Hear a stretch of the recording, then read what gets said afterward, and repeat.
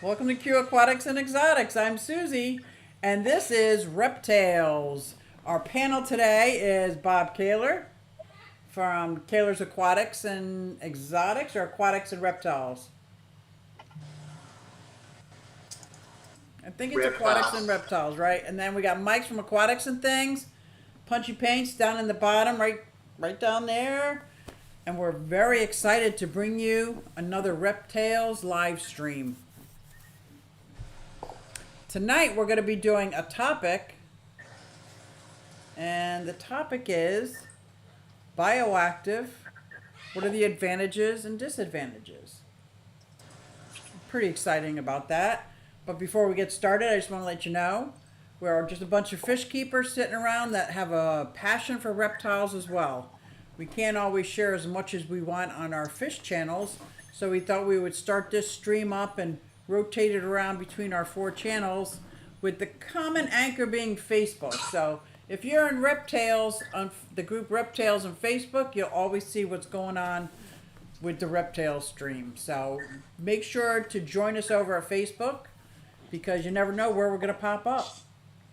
But we're just sitting around talking reptiles. We're aiming our channel, or we're aiming the stream towards answering questions. So if you have questions, go ahead and put them in the chat. The beginner reptile keeper, some of the struggles, we're all have our own experiences we bring to the table. So that's the best I could do winging it, guys. You did a good job. Woo! All right, so this is my first time hosting it and my first time having a panel, so I am pretty dang excited. So thank you everybody for coming out. And I know, as far as bioactive, I have about 5 enclosures that are bioactive and probably 17 that are not. Hey Mike, how many enclosures do you have that are bioactive? I have one that's bio and the rest are not. Okay. Bob, what about you? Sorry, I had to mute for barking dogs. Oh, I have 4 that are bioactive. awesome. Awesome. So I'll start with you, Mike. What do you think one is your favorite, one of the best advantages you think is to having a bioactive enclosure? Makes your maintenance a lot easier. Don't have to clean as much. Now, what do you actually have to do as far as maintenance goes once it's bioactive? Not a lot. All the waste from your animal is pretty much taken care of if you have it set up right.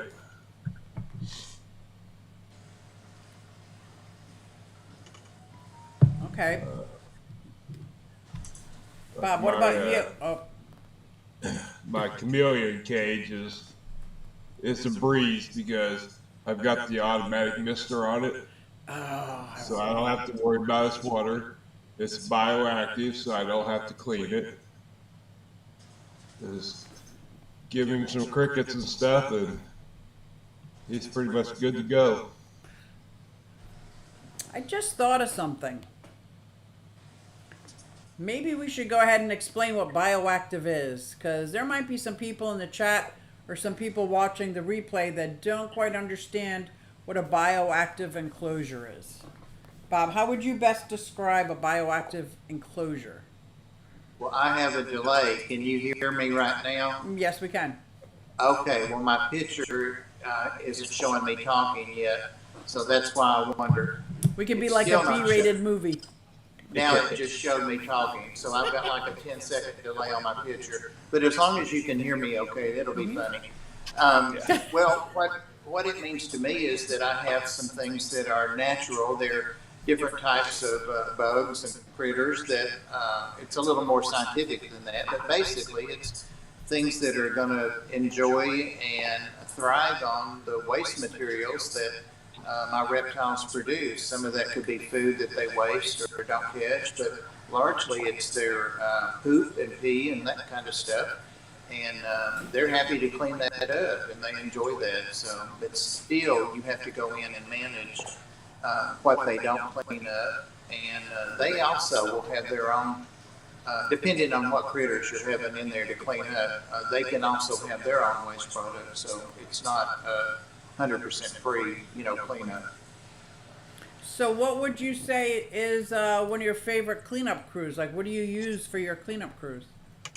Well, what I have, my favorite is the blue tongue skink, Nelson, and in there I have, pill bugs, roly polies. What am I trying to think of? Anyway, I have those that are local.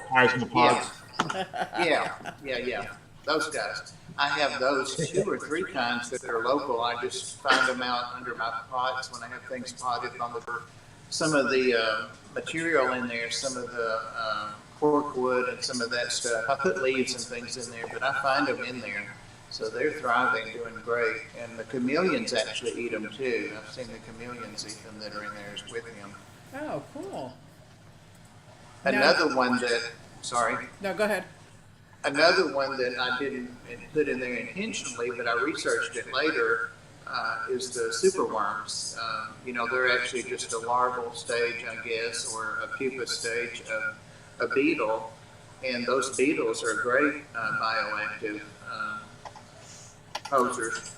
They do a great job. I don't remember what beetle the superworms are, but they do a great job cleaning up. That's a great idea. So if I got some superworms, let's say I got a dozen at the store, and I was only feeding 1 or 2, I could actually dump them in one of my natural aquariums or enclosures, and that would kind of become bioactive. What the chameleon or whatever you have in there didn't eat, they would all go ahead and get in that chrysalis form, I guess, and harden, and then the beetle comes out later. Okay. They also are a cleanup crew. And I researched that because I'm like, are these beetles going to hurt my snakes and things? And they're not. They ignore each other. They don't try to eat them, but they're great cleanup crew. And I would imagine they're very good at aerating your substrate. Oh yeah, they dig around. They love to dig around, and you can see them sometimes moving in the substrate, moving things. Leaves move and things, so they're working under there. Now, do you have to feed and water your cleanup crew, or? The only thing I do is keep the tank just like it should be, or the habitat like it should be, as far as the humidity and moisture. But everything I have needs water except my uromastics. So it's not bioactive. I'm sure that, and actually I did research that, and there are some things you can use for uromastics. You probably know more about that than I do. But I have not researched that yet. I was under the assumption I couldn't make that one bioactive. So I'd be curious. The beetles may actually be one of those too. I can't remember, but I was surprised. They're a little more exotic what you can use, but some kind of beetle, if it's not the superworm beetle, that kind of beetle. But yeah, no, I don't put any food in except the food they waste, which is not a lot. Like every now and then, some of the cat food or dog food, the skink doesn't eat, and sometimes he doesn't want to eat it. That disappears overnight. It's gone, So, and he didn't eat it. He eats what he wants right then. Right. So. Now, Lucky Smith has 4 bioactive. Jenny Lynn has 2 enclosures that are bioactive: ant plants, isopods, and springtails. Does anybody want to explain the springtail? Springtail. From what I recall with the springtail, because I had them originally, I haven't had them in a couple years, with my firebelly toads, which are really frogs.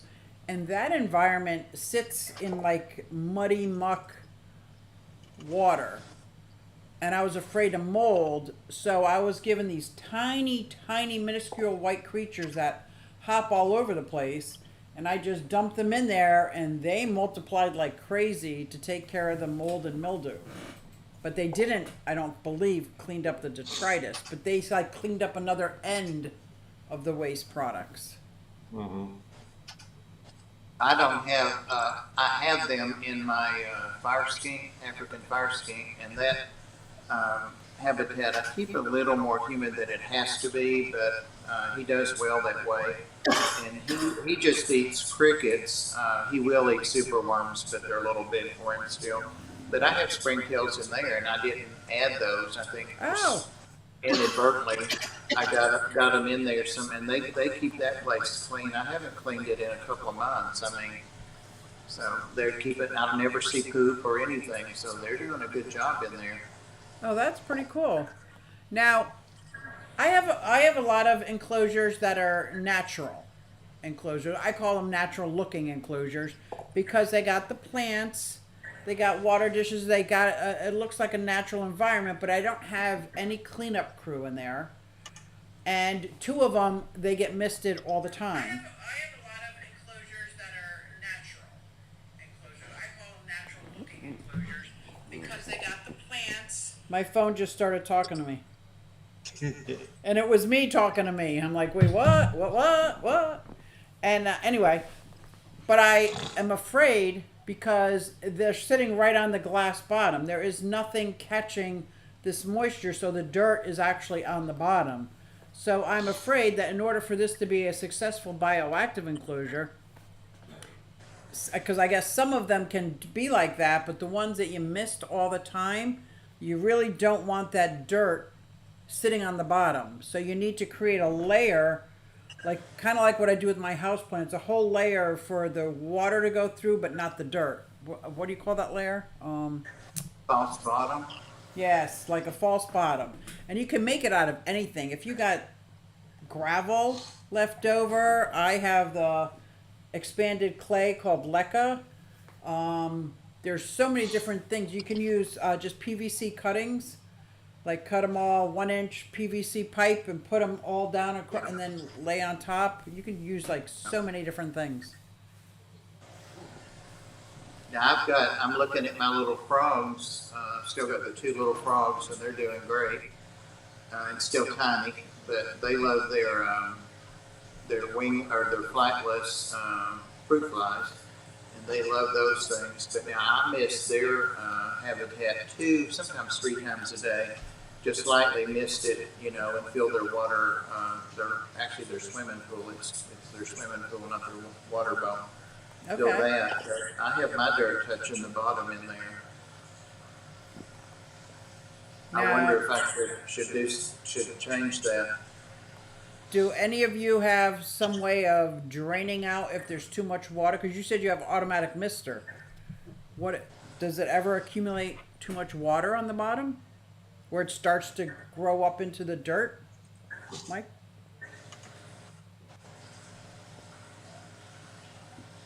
I just got the one bio tank. I do not have a false bottom in that tank, and that happened to me. I had the mister going too long 3 times a day until I filled up the whole substrate pan with water. So I had to dip as much water out as I could of it and not mist for a few days until it went down, and I got it fixed. But how did you fix it? just by getting as much water out of the tub, and then I reset my automatic mister to shorter times. Okay, yeah, I guess if you're very careful, then you wouldn't have water because I know when water sits in the dirt, it turns like almost putrid from my recollection. Yeah. Now, this one here, can you see this? This has 5 inches. I'd say that's a good 5 inches. It's got 3 inches as a false bottom, and I stuck a PVC tube into that false bottom up through the dirt. So it comes up through the dirt, and I put a little cap on it. So and then I filled it in with the screen netting so that the dirt doesn't get through to the water. And then I put down all my substrate, and then I started planting everything. And as I missed it, there's been one time where I got too much water in it. So I stuck a little air hose, like a siphon, down that PVC, started the siphon, and it drained out from inside. And then I put the cap back on. And of course, being a nut job that I am, I painted the cap and covered it in like moss so you can't tell it's a cap, but but it's fun. But you can't tell this because what I did after the false bottom, because I did not like the way it looked, is I put a strip of vinyl adhesive all along the bottom of the tank, so you can't see any of the false bottom. I think I actually used neon colored multi, it was horrible gravel that I would never use again, but I was too thrifty to throw it away. So I just used that as my false bottom. And I don't want people to see that. But now if you look in the sides, you can see the sides of the enclosure, and I can see how much water's in there. But it's pretty hard to stick your head in the sides because this enclosure fits right into this. It's like 4 foot wide. It just fits right into the closet. And this used to be our bedroom closet, so now we have a bedroom without any animals, and John's very happy about that. But these guys, it's a breeding pair of Crested Geckos. And they're very active at night, breeding and whatnot. And what I actually made, I can't pull it out right now, but it's a divider. So if the male starts, hounding her a little more than she's happy with, I can move that bromelaid and put the divider right there, and it turns into 2 separate enclosures. And it's separated by light diffuser. And then I decorated the light diffuser with all air ferns, and they all died. Because apparently you're supposed to water air ferns, and I thought air ferns were for God, just to be in there all by themselves and they'd be fine, but they all died. That was a lot of air ferns that I killed. A lot. But I really like this, but my choice of plants, I gotta tell you, they were really great in the beginning. Not so good now. I've got 2 Dracanias or Dracanias, like the ribbon plants. They've not only grown up to the top, now we're growing down, and they're coming back up again. And the whole rest of them is just a stem. It's like 18 inches of just plain stem. So I want to take a moment and talk about one of the disadvantages of bioactive enclosure is that not all my plants are conducive to the same environment, at least the way I planned it, the same environment as my geckos. So I lost a whole lot of plants because they didn't like that much watering. I lost my fern because it liked more watering than my geckos got. So I would say that's a disadvantage. I kind of knew I was going to lose some plants because I didn't really know what I was doing when I first set it up. So I set it up.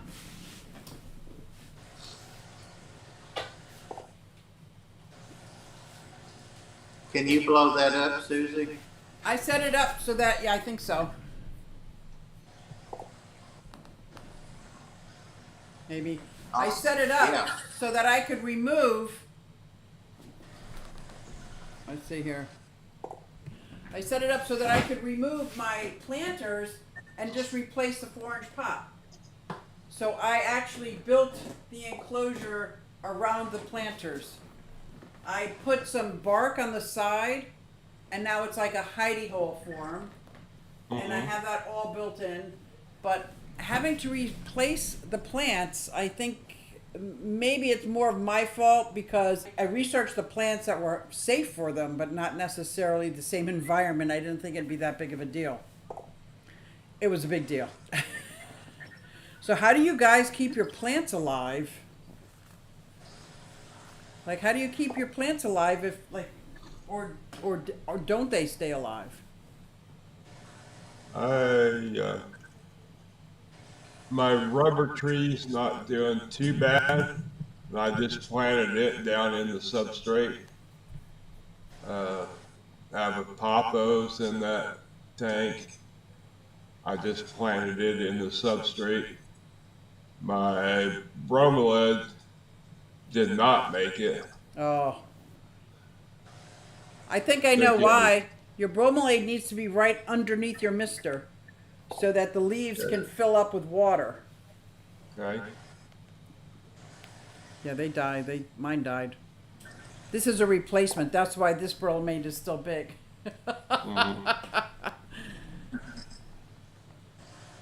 Oh, Pam went to get coffee. Coffee and popcorn.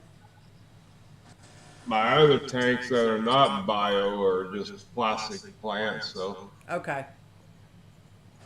Now, would it be considered a bioactive enclosure if you have your pet, your cleanup crew, like both the isopods, the beetles, the springtails, your mister, but you have artificial plants? Would that still be considered a bioactive enclosure? Can you have a bioactive enclosure without plants? I think so. I said yes, but I also asked if you have a bio tank, why would you not want live plants in it?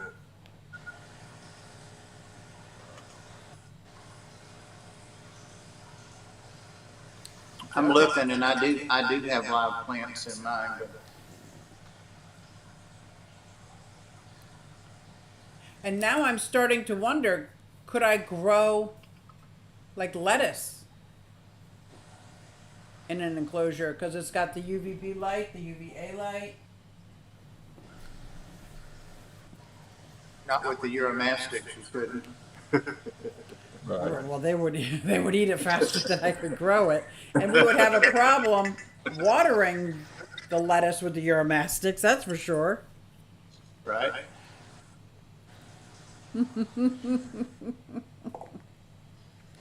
Yes, little water for bromeliads. Bromeliads commonly die shortly after flowering. Those are the kind of research that I didn't actually do. What now, as I'm building my poison dart frog enclosure, I don't have any frogs, but I want to. But I figure, is it a bioactive enclosure if I make the enclosure, have the cleanup crew, but I feed the cleanup crew like food instead of waste? Is that still is that still considered a bioactive enclosure even though I don't have a pet in it? I don't know. I Dragon think lair. Dragon lair was kind of going to the point I was making. Bio tank with plastic plants technically is a bio, but true bioactive includes plants. Okay. That makes sense. That makes sense. And I'm just throwing these questions out because I know there's going to be a lot of questions that I can't get to or I can't see. That I thought this would be good. Dragon Lair also says succulents do pretty well. Oh, in a Uromastics enclosures, but they may eat them. Yeah, because you don't water them as much. I do have chicks and hens. I mean, like succulents. I have chicks and hens outside too. But I have succulents sitting here that I just haven't put in with him because I'm afraid he'll eat them. oh, I don't know that, but and you don't want them. I mean, I put aloe vera in all my bearded dragon tanks, and they just call it lunch. They eat it all the time. I've only got 2 aloes and they're in snake tanks and they don't bother it. They break it when they crawl on it sometimes. Do any of the snakes actually eat vegetation? None of the ones I have do, not on purpose. Ah. That is very interesting. No. So, Mike, you said you were going to be building your own poison dart frog. Is it going to be bioactive? That is the plan. Yes. And are you going to put a false bottom in this one? Do you want to tell us how you plan on making it? I've got the stuff for a false bottom, Mm-hmm. but I'm like you. I don't like the look of that false bottom, of those round balls down at the bottom. But I didn't think about what you said about putting a vinyl strip around the bottom. So I can send you a piece of vinyl. My kids have a vinyl business. that would help. So, Oh wait, uh, shameless but plug. Any-Up Graphic Supplies. But yeah, I have them anywhere I don't want to see. Like if you have a bioactive enclosure and the side view looks horrible because you see the silicone, but it's only on like a third of it, you can actually cut the vinyl like that and put it right over there and just squeegee it on, and it just looks great. yeah, but I have AVG substrate, which doesn't have to have a vinyl or a false bottom. So I've got choices. So I What is just this haven't. substrate that you talk of? It's one that I've seen make it is Josh's Frogs. Uh-huh. That's got everything you need in it already. Your soil, your sphagnum moss, and other goodies already in it. And it says right on the bag you don't have to have a false bottom to use it. So I haven't decided Oh, which way I'm going to go. So that's very interesting. I have never heard of this. You called it ABG? uh-huh. I was also wondering, what if you used aquarium substrate?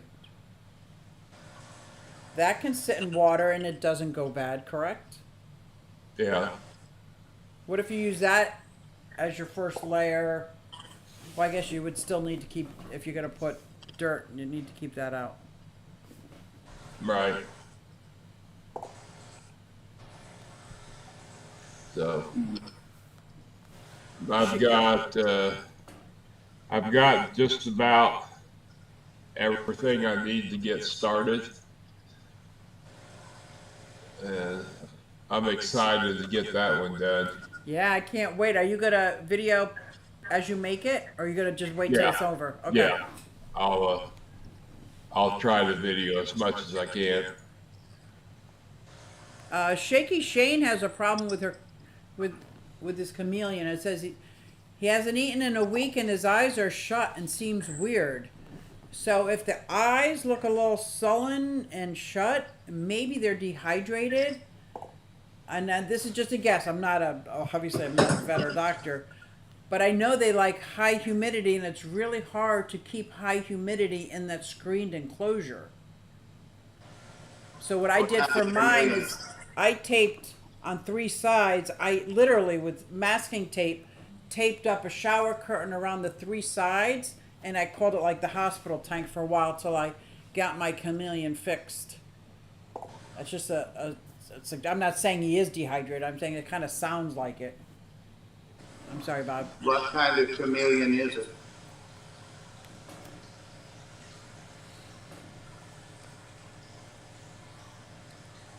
Oh. No, don't do that, Shane. Says, I think I'm going to set it free outside. Did you... Is it a wild caught chameleon? Is it something you caught outside?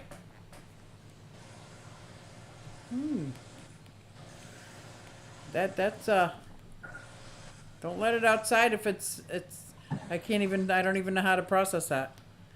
Yeah, that's just it's Dragon Shaky layers- Shade, a Yeah. troll. Says a lot of aquarium plants will grow immersed in the aquarium substrate if the humidity is high. That sounds like a fun project. Because some of these, I hear the kitty, some of these enclosures are real tightly, like I could keep the humidity pretty high in that.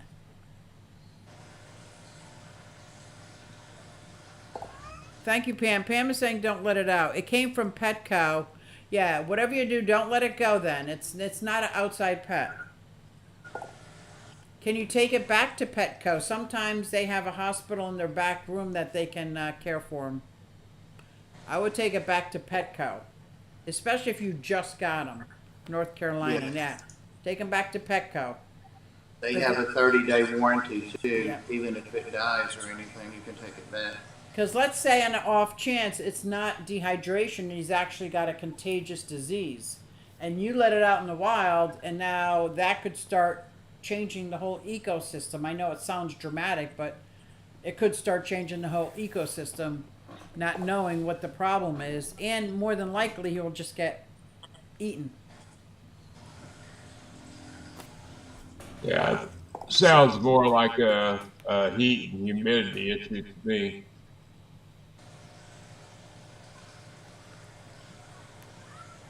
What kind of heat does it have? He says, I don't have a car. Oh, and my dad got it, and he's tired of it. It was his. It's a shame. I know some people nearby you that, I don't know how close they are to you in North Carolina, but you probably don't know how to ship either, huh? I bet Dee Dee would want it. Is she in North Carolina? Yep. Yeah, IHSP, that's exactly right. Try to adopt him out. Just That's don't. how I got my last two geckos. Is the person took them back to the store and said their dad got them and that he didn't take care of them, and so they just brought them back to the store. But she gave them to me, and they're doing great. I mean, Okay. he just didn't want them. Shane, are you on the east side or the west side of North Carolina? Because Dee Dee is asking, and she's in North Carolina, I believe. Oh, is Dee Dee in the chat? She popped in. Yeah. She might have been lurking. I bet that drew her out. I can't see the chat. Oh, you can't see the chat? All right, well, this is starting to look more and more like a troll to me. You think so? I think he's just a young kid. Anyway, look up rescues. Thank you, Dragon Lair. That's a good idea. Yeah, even Craigslist. Oh, IHP agrees with you, Mike. Okay. I'm so gullible. I don't know. Don't go by me. When somebody says let it go, I'm just like, because you'd be surprised.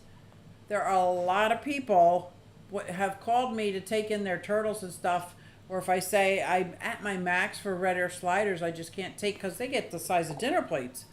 They say, okay, well, we'll just let it go in the pond behind me. I'm like, no, don't let it go. I'll come get it. Don't let it go. Like, don't let it go in the wild. Like, that's just not right. It's not right. It's not fair. It causes so many problems. We hear that all the time too. People that if we can't take a dog or a cat or whatever at the ark, they say they'll just shoot it, or they'll start threatening it. You know, since we can't help them.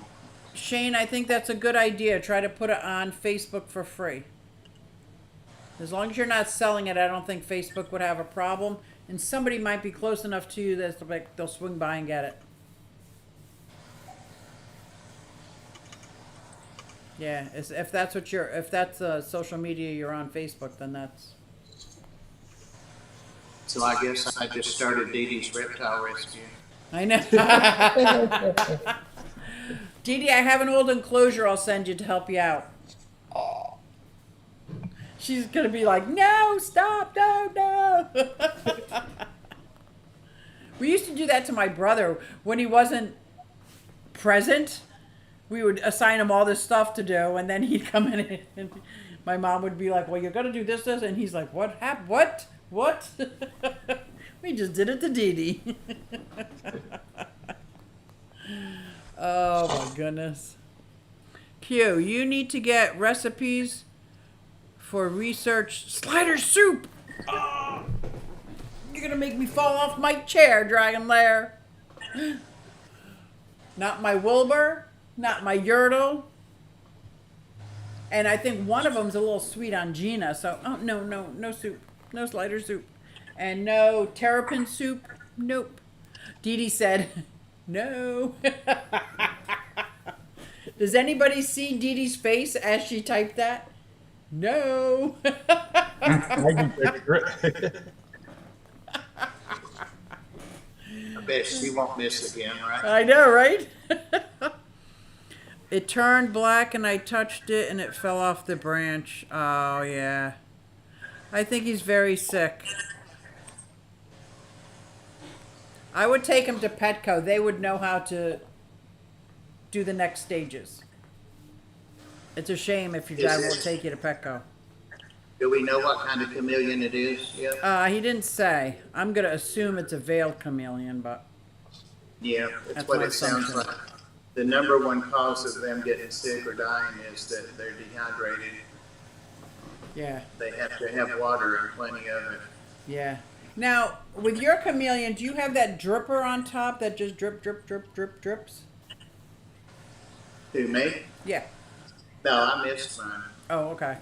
I missed them 3, 4, 5 times, whatever, but at least 3 times every day. When I had Lois and Clerk, they were 2 separate enclosures, the female and male that I had for years. That I had the dripper system that dripped, and I had like a cement basin. You know how those cement basins that you mix cement in? I had that on the bottom to catch the water. I never drained the water; just caught the water, and because that's how they drink water from moving. And if I wasn't responsible enough or couldn't pay attention enough to miss it like you are 3 times a day or whatever, they could be thirsty and there's no water to drink. And they would never go to the basin and drink water because it has to be like moving in front of their face. Is that accurate? Yeah, and I think a lot of chameleons don't want to go. They do go to the ground, but a lot don't want to do that to drink water because of the danger to them. It's My just instinctual. My female did because that's where the lay box was. So she laid eggs once a month, like it or not. She laid 2 eggs. Yeah. Dee Dee says that she found that the veiled chameleons that Richard Reynolds did, guess who would be having a big old enclosure? Oh, however, if I had found that, yeah. It's an automatic sprayer and dripper with real plants. Yeah, he might just be sick. He might just be sick then. It was all good until shedding. Ah, and he's turned black. Be interesting. Well, black is usually stress, so It'd be curious if some of his shed is stuck somewhere. yeah, it's a good troubleshooting. Because if he was fine until he started shedding, it might be worth it to find a friend or somebody to take you to Petco because they might be able to say what's wrong. I know going to a vet's very expensive, and if your dad is done and won't help, I don't think there's much options there. Facebook might be your best bet because somebody might have a very good rapport with the vet, and so like I took my veiled chameleon to the vet when she was egg bound because that's something I couldn't fix, you know. So there are people out there that will do that in a heartbeat.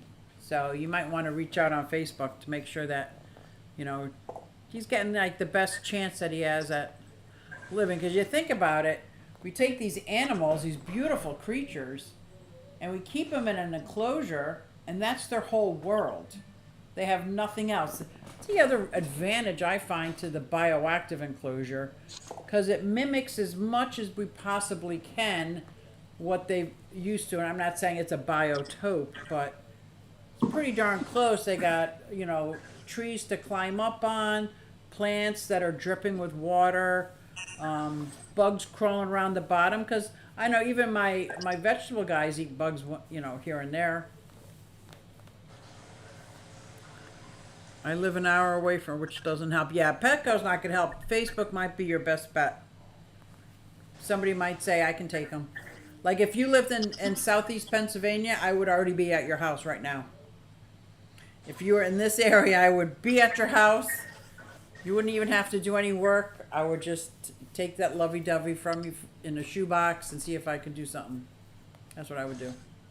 So I'm thinking if you post it on Facebook, you might get the same result from your area.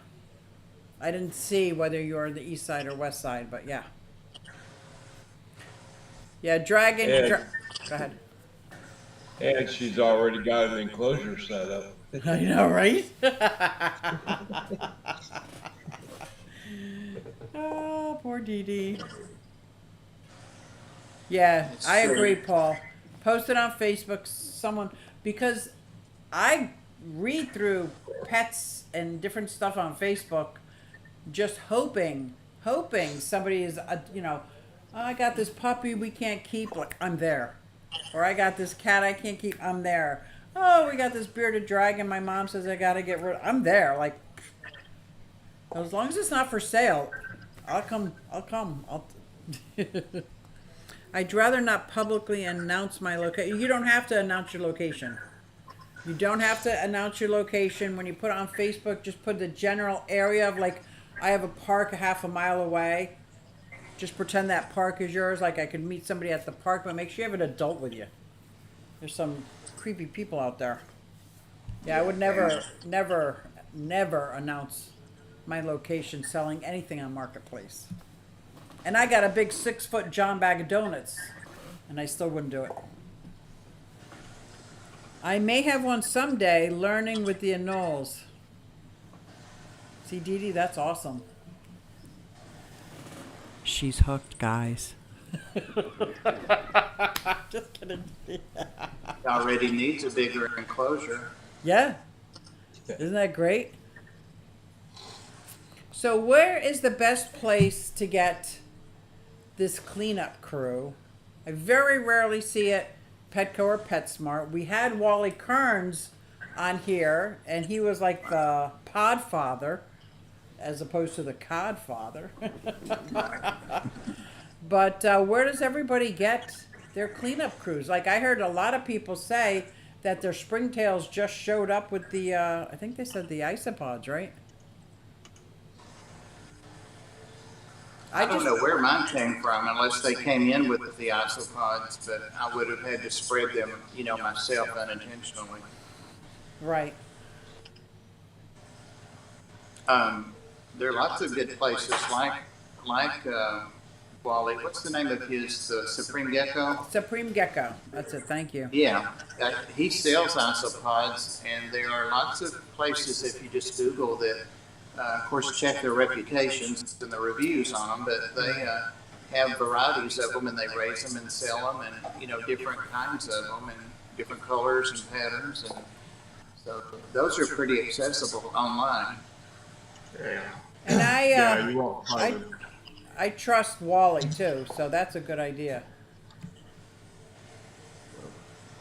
TG. Oh, the Garden of Eder sells isopods. Oh, I'll trust. Yeah, we had him on. Didn't we have him on as a guest? No, Not yet. not But yet. he is the recipient, Shelby and himself is the recipient of the traveling tank. The tank that Fishman made up, gave it to Donnie NY Gold in New York, who after a year gave it to me in Pennsylvania, who after a year I gave it to Larry D up in Ohio, and now it's going to the Garden of Eder down in Florida. So awesome. that's pretty interesting, and he's going to have, him and Shelby are going to do a whole different, slant on the tank. So that's pretty exciting. I follow them on Instagram and a couple of other platforms, and they have so much stuff, so many things, and I learn stuff all the time just from watching their shorts. They Right. really are exceptional. Oh, look at Why Are We Always Yelling says, what's that shameless plug was Annie Up Graphic Supplies. And you rock. Yeah, they sell vinyl and everything vinyl related. They have a store, brick and mortar store right down the road, and that's my daughter and son-in-law. Shelby does the isopods. Okay, and we were just at the Keystone Clash, but I didn't really get out of the hospitality room much to even see if there were reptiles or anything like that, the bioactive stuff. Dee Dee says, I love me some TGOE. PGOE. The Garden of Eder. Yeah. Oh, they have reptiles. Perfect. I don't think they had them at the Clash, though. If they did, I Grasshopper. missed out big time.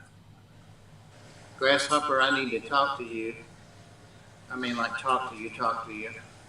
Uh-oh. Who did it? Who did it? Somebody did something wrong?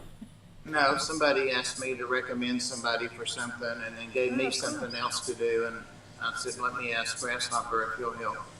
Ah, Yeah, that's awesome. that'll teach him.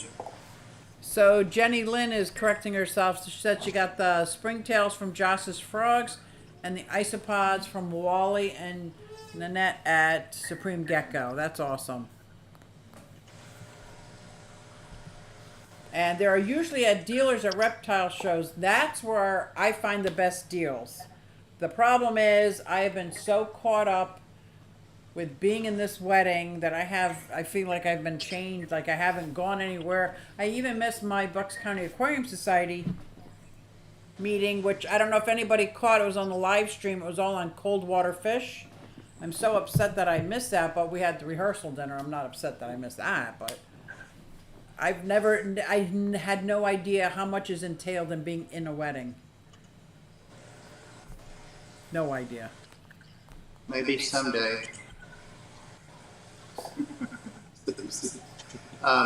The conventions too are, well, I've started getting mine feeder mice and rats and stuff because they're so cheap to buy them in bulk than it is to get them like piecemeal at Petco and PetSmart and stuff.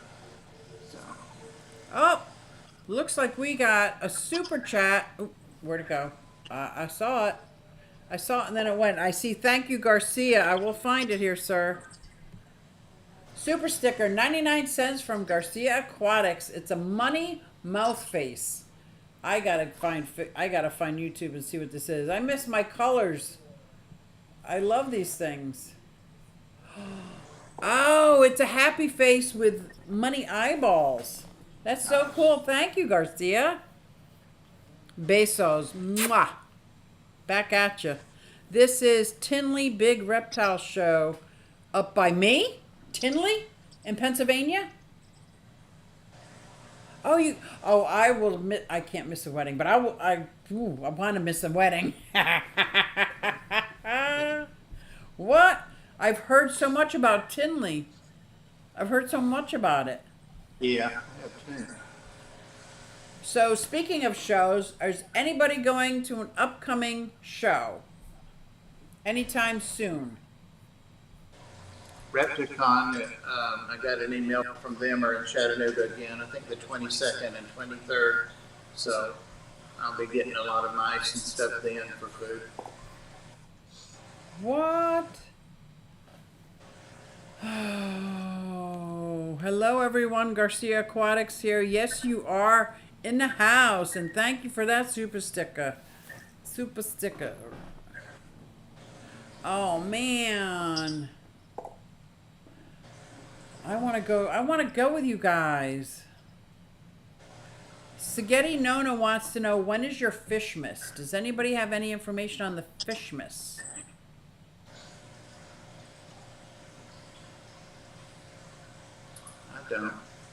I don't as of yet. But I will find out. And we'll have it next week. We'll give a little, I just don't know. Oh, I missed the big Repticon in Atlanta 2 weeks ago as I had to work. I get so disappointed when I have a prior commitment and there's a reptile show and a big part of me wants to tell, like, I can't do this because there's a reptile show, but the look I get when saying something like that, no.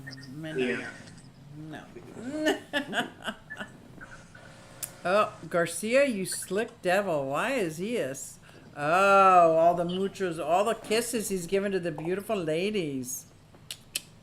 And a high five to the guys. That's keeping it square. There you go. Oh, boy. That's funny. So I don't know when. We have one every other month.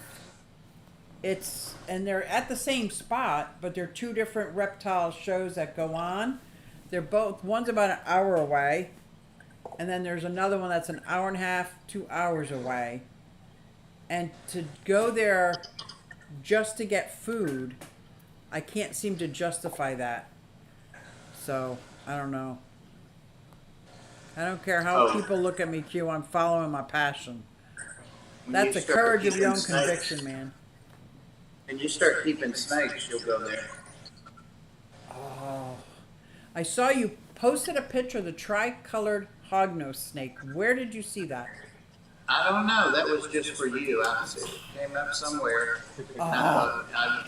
See, that looks like the milk snakes. Yeah. That real pretty milk snake. And I said, oh my gosh. Not only is that my dream snake, that is like the dream morph. Right. Oh. It was on one of the for sale places. I mean, like, Underground Reptiles or somewhere, I believe. I'm like, oh, this has got Suzuki all over it. Oh. Suzuki, there is a show in Gettysburg, November 12th. It's just right around the corner. It is, isn't it? November 12th. Wouldn't you know, it's already in my phone. Gettysburg, Pennsylvania, Emmitsburg Road, Reptile Show, because I searched these things out, and I'm planning on going as long as no family says, oh, remember, we're going to do this. I want to be like, huh? What's the name of that one? The Gettysburg Reptile Show. Huh. And let me tell you, if you have never been to Gettysburg, Pennsylvania, and especially if you're a history buff, it is absolutely moving. Like, it moved me to tears going through Gettysburg, and you can see where the hundreds and hundreds and hundreds, I guess thousands of kids died in the Gettysburg battle, and because there's the markings of everything ever. It's just unbelievable. I could be there for a whole week and not see everything in Gettysburg. Very historic.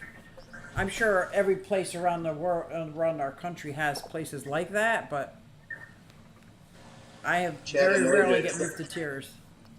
Lookout Mountain in Chattanooga has a whole lot of battlefields, Chickamauga battlefield, and just really a lot of that stuff. You could spend a week going around and visiting all the stuff. Exactly. Which I would love to do on my motorcycle. Like, just go visit all these amazing places. Dee Dee says, good. Tinley is where all the big, right, but I didn't think it was anywhere near Pennsylvania. Gettysburg, PA is an awesome place, yeah. There's also, their Harley Davidson store out there is, hosts one of our women's motorcycle club things. It's pretty cool out there. Something's supposed to be pretty haunted. What is Pam talking about haunted stuff? Ooh. It's getting that time where people are going to start getting spooky, huh? Yep. Well, I thought this was very good about the bioactive advantage. I think there's more advantages than there are disadvantages. Although, just to end it, one of the biggest disadvantages is it takes a long time and money to get it set up first. Once it's set up, it's low maintenance. But for me, getting it set up, that's what Kate brought my whole reptile room to a complete halt. I had to make the decision, okay, we're just going to go natural right now, and as I catch my breath, then I'll do one closure at a time and make it bioactive. Because there's a lot that goes into making something bioactive, I think. Yeah, because you're creating two environments that then have to coexist. Yeah. 2, if not 3. Right. Because you got the plants, you got the critters, you got your pet. It was a big disadvantage when one of my doobie roaches that I've never fed anything but like one of the founding fathers ran across my kitchen counter one day, and my sister was sitting at the breakfast table. She saw it, but oh my God, that thing was huge. I mean, Yeah. they're pretty tame because I feed them by hand, they're pets. But, How did it get out? I don't know, unless the cat's fooled with their lid or something. I've got them in two different colonies, and everything looked intact, but it was out. Oh, that's funny. Oh my God, that's funny. They don't hide. I mean, No. they're not afraid of me. So I guess it smelled me making sandwiches or something. Now, do you actually pick them up? Oh yeah, yeah. They don't bite, and they put their little legs in and stuff. You just can't feed them to something. I can't. They're too personable. Oh, I have a dubia roach, and that's all they are is food. And I don't touch them. I can't touch them. I can't touch them. I'm scared. And I know they don't bite, and they don't smell. But I don't know if I'm... because they're not like cockroaches. Right. They're South American, and they usually live in rotten trees and in bark and that kind of stuff. So they're clean. I mean, they're the most bioactive thing you could have. But they're not like cockroaches, or Will they work in a bioactive enclosure? Yeah. Oh yeah. Yeah. So I could take my dubia roaches and put them in all my natural enclosures. Well, I don't know all of them, but they do need. Mine don't take a lot of moisture at all. They hardly. It's just what I feed them, like carrot sticks and stuff like that. Sure. Not a lot of water, and they do great with that. I think I'm gonna do that. Yeah, they'll have babies in there and all that, as long as whatever it is doesn't eat them. Of course, you can just have them in there. And they'll eat detritus from the reptiles and the sheddings and stuff like that. You'll have to put. That's when you'll have to supplement. You'll have to give them some vegetable or something. Okay. A couple of carrot slices or just nothing to put in a habitat. Because I have, like I said, almost 21 enclosures, and I have a whole dubia roach breeding farm. I'll Now- put some in there. Okay, You know how I to think I'm sex gonna. them. You know how to sex them, right? Yeah, one has wings. That when they're bigger, when they're smaller, I don't. But I usually deal with them when they're smaller, because that's how I don't usually feed them bigger than between the two eyeballs of the animal. Right. Right. But You might have to move a couple of your breeding pairs in there. okay. Now I'm wondering if I have any animals that, like, I think the leopard geckos won't eat them because they'll be too big. So that might be a good place to test this out. Oh, I think I'm gonna try that. I don't think I've heard of anybody doing that. I would be careful. They're so passive, but you can get too many crickets. Like if you put 500 crickets in with a chameleon, obviously they're going to feast on your chameleon. Yeah, the It's gonna crickets be will the table crickets will turn. bite. Crickets will bite. Right. So I don't know about the dibby roaches. If you could have an issue if you had a bunch of them. I think as long as they have easy food, they're fine. Okay, Jenny Lynn, I'm with you. She can't release her dubias in her enclosure. She feeds them with tongs. Oh, you can't make yourself release. I can release them in every enclosure. I have no problem feeding them to my pets. I just use it with tongs. Or I used have to a do it. bucket that I've drilled holes in, very tiny holes in the first bucket. It's a 5 gallon, little 2.5 gallon.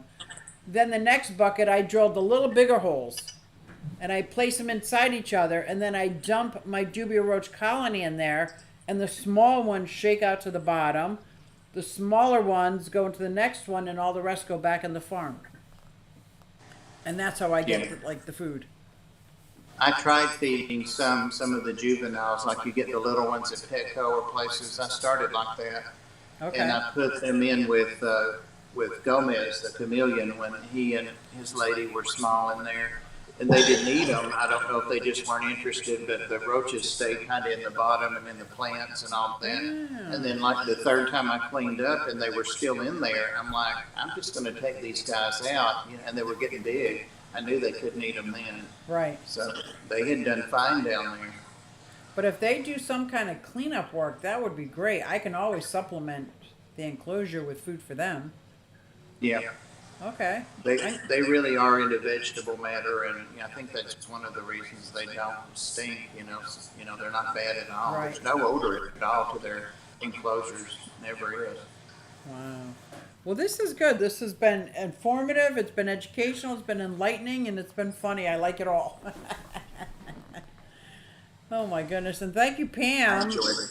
Pam, for putting all those questions in that chat down there. That was very helpful as well.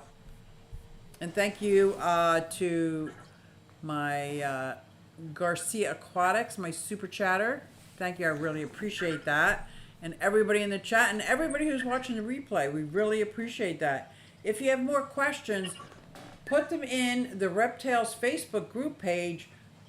We're building up a pretty strong community of knowledgeable people about reptiles, and I'm sure you'll get a really good answer out of the Facebook group. Right, guys? Yep. Is there anything anybody wants to say as we sign off adieu? Who's our guest next time? Do we have somebody scheduled? Let's see. I don't know, but I was thinking about like Lucky Smith. Me too. Oh, I'm in November. I'm in my next reptile show already. It doesn't say that there's anybody. So does anybody have the information, Lucky Smith? If you have any of our information, send us a message. We would love to chat about this. Same thing with you, Dragon Lair. Just let us know when you're not working. Jenny Lynn, you too. Like, I know not everybody wants to be on a live, but just saying. Or if anybody else is interested, put it in the Facebook Messenger for that group. We've got some openings coming up, and we would love to chat. Even if you're a new keeper, we'll get your perspective on things. So Right. give us a chat, and we'll all get together. Somebody said, did I miss it? No. Mike's talking, but he's muted. Mike, are you talking? Yeah, I was. All the Oscars became a member. Oh, I thought she was a member. Thank you, June. That's awesome. Thank you, June. I so appreciate that. Where do you see that? How did I miss that? It's up quite a ways. Okay. I gotta see, that's a problem when I'm on this eCam and I can't see the colorful things going on YouTube. Thank you very much, June. I so appreciate it. I just put out a video that we had an interview with Carrie from Science Gal, and she talked about what she does and how she started her YouTube channel. A lot of tips and tricks going on there. So check out the playlist for the members. I appreciate every one of my members so much. It keeps me motivated. It keeps me moving. It keeps me going, man. And I will be posting more and more videos because my granddaughter is getting better at school, so I'm not one-on-one all the time. Ooh, I can't wait till you get that pretty striped snake. John, do you hear that? No, he didn't hear that. How great would that be? You know, you're right. You might not even notice. Yeah, they're little. They stay They hidden. stay hidden all the time anyway. Carrots are good gut-loading foods for dubias, full of beta-carotene and vitamins. Yeah, they love it. And they're easy to grow. Yeah. So that's Even my good. old carrots, which I hardly ever had, but like, you know how carrots will get old and start to shrivel, they chow down on those. They love them. Craig stopped in to say goodbye as we're saying goodnight. Good day, everyone. By the way, I hate snakes. LOL. I hate snakes. Bob is a valid email for you in your Fish Fam link. Perfect. I don't know if that was a question for you or not, but... Well, thank you, everybody, and I can't wait till next week.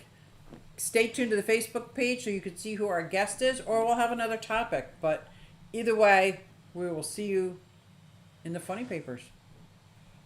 Thanks, Susie, for hosting. My pleasure. I'm kind of getting the Thanks, hang of this. everybody. I like it.